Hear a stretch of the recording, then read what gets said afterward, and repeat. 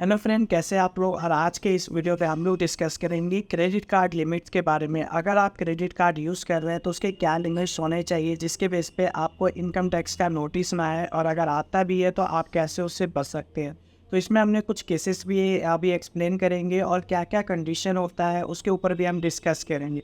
जिसमें हमारा first 2 step है जो कि आपको ध्यान रखना होता है, 2 इंपॉर्टेंट पॉइंट्स, जिसमें आपका 1 साल के अंदर आपका जो क्रेडिट कार्ड का जो ट्रांजैक्शन है वो 10 लाख से ऊपर का नहीं होना चाहिए।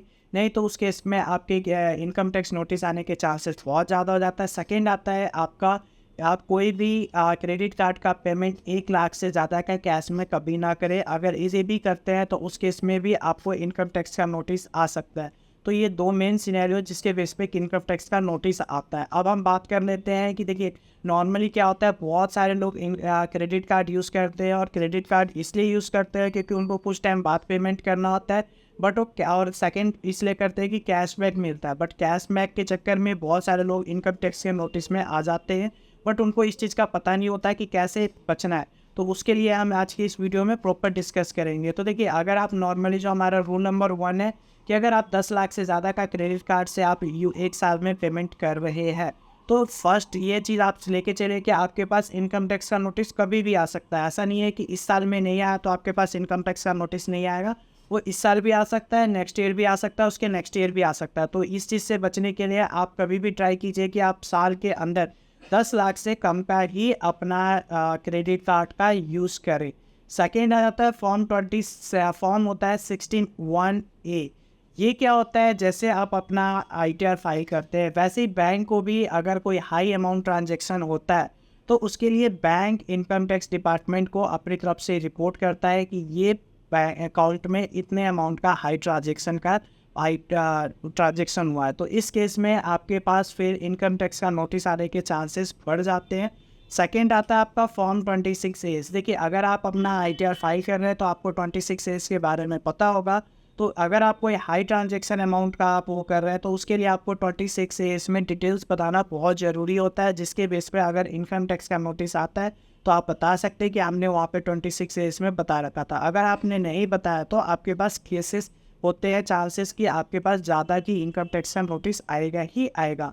नेक्स्ट आ जाते हैं, आपको मैंने ऑलरेडी बता दिया, जो फॉर्म 16(1)(a) होता है ये आपको बैंक फिल करता है और इनकम टैक्स डिपार्टमेंट को इन्फॉर्म करता है। और जो 26(a)(s) होता है ये इंडिविजुअल फाइल करते हैं अपनी डिटेल्स के बारे में अगर कोई हाई वैल्यू ट्रांजैक्शन होता है तो। नेक्स्ट आ जाता है हम फॉर्म 26(a) के बारे में, जो इंडिविजुअल फाइल करता है किसके रिगार्डिंग, अगर क्रेडिट कार्ड एक्सपेंसेस और इन सब के बारे में हो गया। अब केस नंबर 1 की बात कर लेते हैं। मैंने केसेस कुछ बनाए हैं जिसके बेस पे आपको एक्सप्लेन कर ले। जैसे देखिए, आप नॉर्मली आपकी ITR आप फाइल कर रहे हैं 5 से 6 लाख का। अब उस केसेस में आपकी जो एक्सपेंसेस है 25 लाख तक का चला गया साल के अंदर, तो उस केसेस में आपको होता है कि वो इनकम टैक्स का नोटिस आ सकता है। और वो नोटिस क्यों आएगा वो भी मैं आपको बता देता हूँ। रीज़न क्या है कि आप कमा ही रहे हैं 5 से 6 लाख रुपए साल में, और एक्सपेंस आप दिखा रहे हैं, चाहे आप क्रेडिट कार्ड से कर रहे हैं, आप पेमेंट कर रहे हैं, इलेक्ट्रिसिटी का पेमेंट कर रहे हैं ज़्यादा अमाउंट का। तो इस केसेस में क्या होता है कि आप इतने अमाउंट का एक्सपेंस कर कैसे सकते हैं जब आपकी इनकम ही इतनी है। तो इसलिए आप कभी भी क्रेडिट कार्ड यूज़ करें तो मैक्सिमम जितनी आपकी सैलरी है उससे आप कम अमाउंट का ही एक्सपेंस करें, आप ज़्यादा एक्सपेंस ना करें। नेक्स्ट आ जाता है आपका डिडक्शन एंड पेनल्टी की बात कर लेते हैं। देखिए, आज के टाइम में डिपार्टमेंट के पास बहुत सारे ऐसे सॉफ्टवेयर है जिसके बेसिस पे वो एवरी ट्रांजेक्शन को इजीली डिडक्ट कर सकता है। और अभी के टाइम में आपको पता है AI भी आ गया, तो AI के बेसिस पे और ज़्यादा ईजी हो गया उनको। जैसे पॉइंट नंबर 1 की बात कर ले, जो मैंने आपको बताया, एडवांस सॉफ्टवेयर आ चुका है जो इजीली डिटेक्ट कर सकता है। जो एक पर्सन को डिटेक्ट करने में कम से कम आपको पूरे एक पर्सन का फाइल का डिटेक्ट करने में 1 महीने लग जाएंगे, बट वो आपको 5 से 10 मिनट में सारी ट्रांजेक्शन कहाँ कहाँ हुआ है, कैसे हुआ, सारी चीज़ें आपको डिटेक्ट करके बता देगा।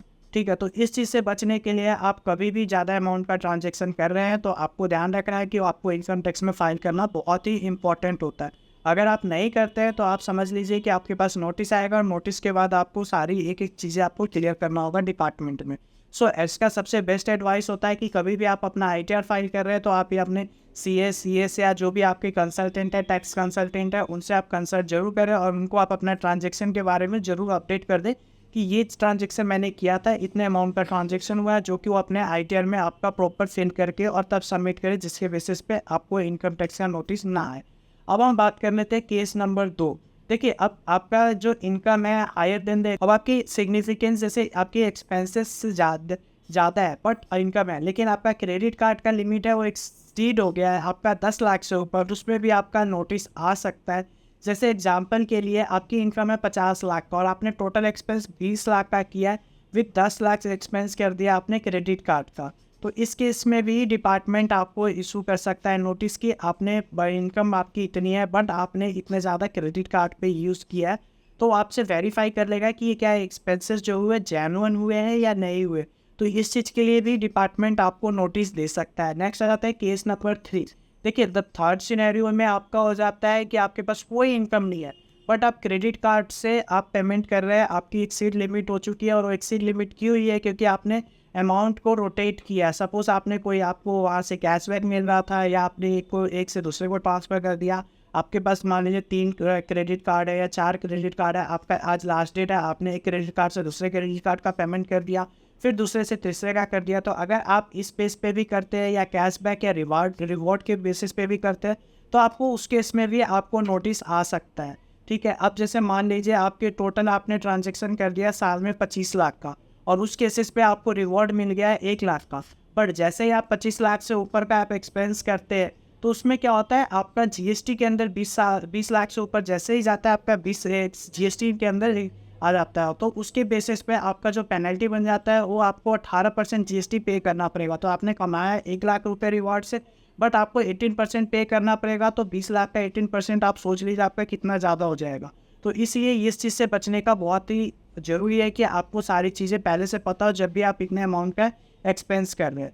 ठीक है, तो ये चीज़ें आपको ध्यान रखना है। नेक्स्ट आ जाता है हम पॉइंट नंबर 2। अगर आप एफडी में आप वो करें consider income from other sources, और उस केसेस में आप कैश से आप पेमेंट कर रहे हैं क्योंकि आपने एफडी करवा लिया और आपने कैश से कर दिया। तो इस चीज़ में भी आपको ध्यान रखना है कि आपको यूपीआई या डेबिट कार्ड का ही ट्रांजैक्शन करना है, आप क्रेडिट कार्ड से पेमेंट ना करें क्योंकि उसमें भी आपका नोटिस आ सकता है। अब नेक्स्ट आ जाते हैं हम सेक्शन 56(b) के बारे में कि आपका जैसे ही आपका इनकम टैक्स का जो लिमिट है 50,000 का वो आप एक्सीड करते हैं रिवॉर्ड और कैशबैक का, तो उसमें आपको इनकम टैक्स पे करना होता है। तो ये चीज़ें भी आपको बहुत ही इंपॉर्टेंट है, ध्यान रखना जरूरी होता है। अब हम बात कर लेते हैं रूल नंबर 2 के बारे में कि देखिए, जैसे आप क्रेडिट कार्ड है और जैसे आपने 1 लाख का ज़्यादा से ज़्यादा बिल आपने पे किया, जब भी आप आईटीआर फाइल करेंगे तो वहाँ लिखा होता है, और वो बिल किस चीज़ का है वो आपको ध्यान रखना होता है क्योंकि अलग अलग स्पेसिफाई किया हुआ है। तो ये चीज़ें आप अपना आईटीआर में आप ज़रूर डालें। अगर आप कैश में कर रहे हैं तो उसके लिए भी आपको एप्लीकेबल होता है, उसमें भी आपको नोटिस आ सकता है। तो इस चीज़ का आपको इम्पोर्टेंट ध्यान रखना होता है।